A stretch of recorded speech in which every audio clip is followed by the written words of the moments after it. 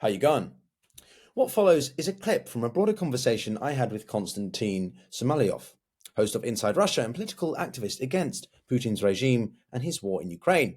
In this clip, I asked Konstantin about his thoughts of the recent gains by Russia across all of Kursk and Putin's, or what appeared to be Putin's, appearance in military fatigues. I also shared some of my thoughts, the latter half of the video. If you enjoyed the conversation, then consider subscribing for future appearances and live streams that I do with Konstantin on a regular basis. With that, onto the clip. This is the Global Gambit. What did you make of Putin's appearance in the military fatigues in Kursk? Well, first of all, was it really Putin? Was it really Putin? Did he really appear? Because I saw footage with trees with green leaves. I don't know if it's fake or not. I have not investigated yet, but I've seen it. And do you think that Putin would put a uniform that costs 1,700 rubles, $17 for a set, from pretty much any store in Russia, and that uniform is of food store security guards? Do you think he would put something like that on? I don't think so. And that guy kind of looked like Putin somewhat. So the big question, was it really Putin? Another question, why the heck the governor of Kursk province did not come in and meet him? I don't know. Anyone who knows Russian politics, well, imagine a czar, king, comes to a province. What happens? The head of the province is all over the king, right? Trying to please him, trying to be in front of him, because king's currency is attention. If king pays attention to you, you're good, you know?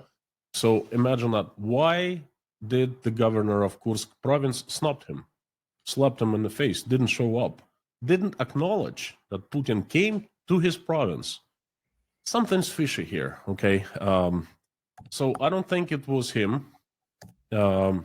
But if you think about it, Gerasimov was showing him around, right? The general chief of the armed forces of Russia. But yes, Gerasimov. But how? Did you see how he was showing him around? Pretty harshly. Gerasimov usually is not like that with Putin.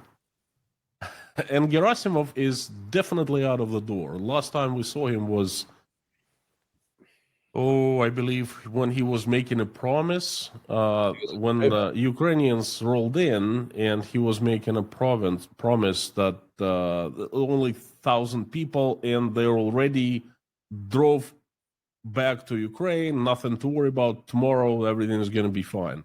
And after that, we figured that there was a big invasion of Kursk province, and the Ukrainians ended up controlling it for 7 months now. And then he disappeared. I thought he was killed, to be honest with you. You know, such a slap in the face to Putin in front of the entire world. That's something. He got pushed out of a window as well. Look, I think I don't know. I haven't really. Obviously, as soon as I saw the footage, immediately comes to mind is this really Putin? Interesting points about the behavior between him and Gerasimov. I have to be honest, I didn't note that. But all in all, this is people will argue that this is a calculated withdrawal by the Ukrainians. It's a tactical displacement, but they've left behind tons and tons of munitions, artillery posts. This is a loss for Kiev. I don't think we should sugarcoat that. But for Putin to come in, or whoever, his body double, whatever it was or it wasn't, either way, the perception of this for the Kremlin is very good. The optics are great for Russia. They're not good for Ukraine, right? I think you can agree with that. No, for the Russian people to see this, it's like Putin is doing the protector. He's protecting Mother Russia. You know, it plays into the whole branding that Putin has tried to create for decades, right? I absolutely understand where you're coming from with this, but to me, I am the guy who has been following everything in Russia, and I would ask this one question first. What happened in the first place? How come Ukrainians controlled a good part of a Russian province, not too far from Moscow, for 7 months? How come if they attempted to take control of it, how come if Russian army is so mighty and victorious, they were not driven away in like 24 hours, 48 hours, 7 months. That is hardly a victory in my eyes, but I guess I'm an unusual Russian, okay?